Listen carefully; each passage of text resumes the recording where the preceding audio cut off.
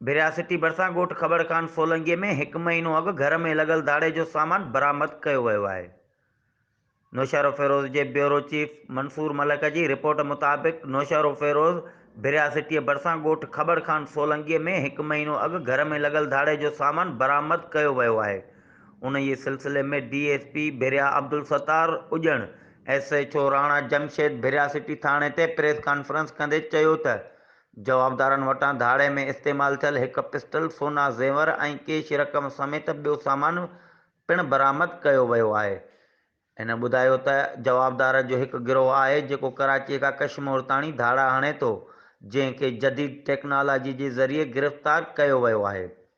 जवाबदारनि में अली गुल हकिड़ो, कामरान हकिड़ो ऐं 3 ॿिया शामिल आहिनि, जिन ते भिरिया थाणे ते केस दाख़िल पिणु आहिनि।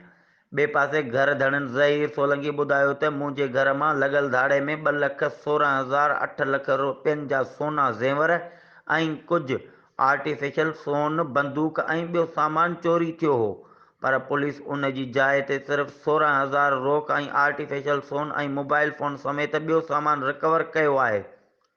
हिन जॾहिं त असली सोन न मिलियो आहे, हिन मुतालबो कंदे चयो त मूंखे पूरो सामान वापसि कराए ॾिनो वञे।